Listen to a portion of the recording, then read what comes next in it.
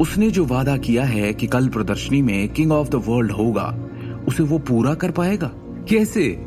कैसे लाएगा वो वैसा ही गहना फिर से इतने कम वक्त में? दृष्टि कैसे जूझेगी इस मुसीबत से और कैसे शिवम उसके हौसले को वापस लाएगा? क्या ये दोनों कामयाब होंगे या करण और तान्या दर्श सिंघानिया के साथ मिलकर विक्रम और दृष्टि को कंपनी से बाहर निकाल देंगे? अखिल और सिमी दोनों शिवम की तरफ देखते हुए जवाब के इंतजार में खड़े थे। कोई बड़ी बात नहीं है, बस एक छोटी सी बात है, शिवम ने शांति से उत्तर दिया। एक छोटी सी बात? हम दोनों क्या तुम्हें बेवकूफ लगते हैं? सिमी ने गुस्से में कहा। दृष्टि द्वारा व्यक्तिगत रूप से डिजाइन किए गए गहने जिनकी कीमत लाखों में थी, चोरी हो गए थे। क्या तुम नहीं समझते कि यह मुद्दा कितना गंभीर है? देखो अखिल, अपने इस निराले दामाद पर एक नजर डालो, उसे इस मामले की कोई परवाह नहीं है। सिमी गुस्से में आ गई। जितना उसने शिवम को देखा वो उतनी ही चिढ़ गई। दृष्टि की इतनी गंभीर स्थिति में पड़ने के बाद भी उसे इसकी बिल्कुल भी परवाह नहीं है। अखिल ने शिवम को देखा और गहरी आवाज में कहा, शिवम, दृष्टि ने तुम्हें सबसे पहले निर्देशक का सहायक बनने के लिए कहा था क्योंकि उसे तुम्हारी मदद की जरूरत थी। तुमने इतनी महत्वपूर्ण गलती कैसे की? मैंने क्या कहा? सिमी ने आह भरी। क्या मैंने चेतावनी नहीं दी थी कि हमें उसके जैसे बेकार इंसान को दृष्टि का सहायक नहीं बनने देना चाहिए? वो उसकी बिल्कुल भी मदद नहीं करता था। दृष्टि हर दिन गहनों के अनुसंधान और विकास में खुद को झोंक देती थी और जाहिर है कि इसके पास इस बारे में कुछ भी करने का समय नहीं था। दूसरी ओर तुम एक भी वस्तु की देखभाल करने में सक्षम नहीं हो। तुम क्या कर रहे थे? सिमी ने और भी अधिक क्रोध के साथ कहा। केवल इतना ही नहीं, बल्कि मैंने यह भी सुना है कि तुमने कंपनी के सभी उच्च अधिकारियों के सामने यह दावा किया था कि किंग ऑफ द वर्ल्ड कल आभूषण प्रदर्शनी में दिखाई देगा। क्या तुम्हें नहीं लगता कि मामला पहले से ही काफी बड़ा है? मां, इतना गुस्सा मत हो, दृष्टि ने सांत्वना दी। ये उतना गंभीर नहीं है जितना आप लोग सोच रहे हैं। ये गंभीर नहीं है। सिमी इतनी गुस्से में थी कि उसने अपने पैर पटक लिए।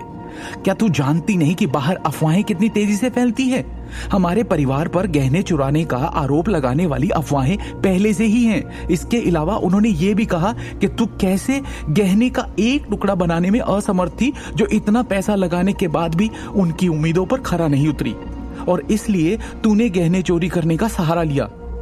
अफवाहें हैं कि हमारे पूरे परिवार को जेल की सजा सुनाई जाएगी। सिमी ने गंभीरता से कहा, बच्चे, तू हमारे परिवार की एकमात्र आशा है। निश्चित रूप से तेरे लिए इस अवसर का लाभ उठाना और उच्च अधिकारियों की पहचान हासिल करना आसान नहीं था। तुझे कंपनी के कार्यकारी निदेशक के रूप में भी पदोन्नत किया गया है क्योंकि तूने प्रयास किए। कल आभूषण प्रदर्शनी के दौरान तेरे पास अपने लिए एक नाम बनाने और उद्योग में एक प्रतिष्ठित व्यक्ति के रूप में खड़े होने का मौका था। हालांकि इन चीजों के इतने महत्वपूर्ण क्षण में होने के कारण क्या तुझे लगता है कि निदेशक मंडल अभी भी तेरे लिए खड़े होने को तैयार होगा? इस दौर पर तू अपनी नौकरी खो देगी। अखिल ने चिंतित स्वर में कहा, यदि तुम निदेशक नहीं बन सकती तो कोई बात नहीं।